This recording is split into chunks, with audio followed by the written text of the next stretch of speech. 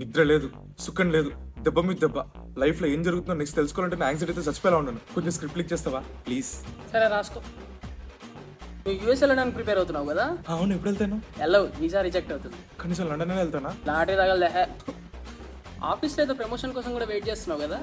అవునవును. నీకు రాదు, ఆ సాత్విక్ గాడికి వస్తుంది. వాడికి ఎలా వస్తుంది? కష్టపడి నేను కదా. అందుకే ఆడికి వస్తుంది.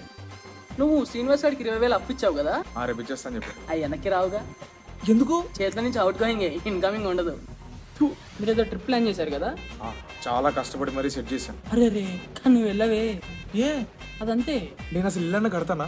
ఇల్లు కడతావుగా 20 years తర్వాత లోన్ తీసుకొని. ఫోన్లే కారణం కొంటానా? అది మాత్రం 100% కొంటావు ఈఎంఐలో.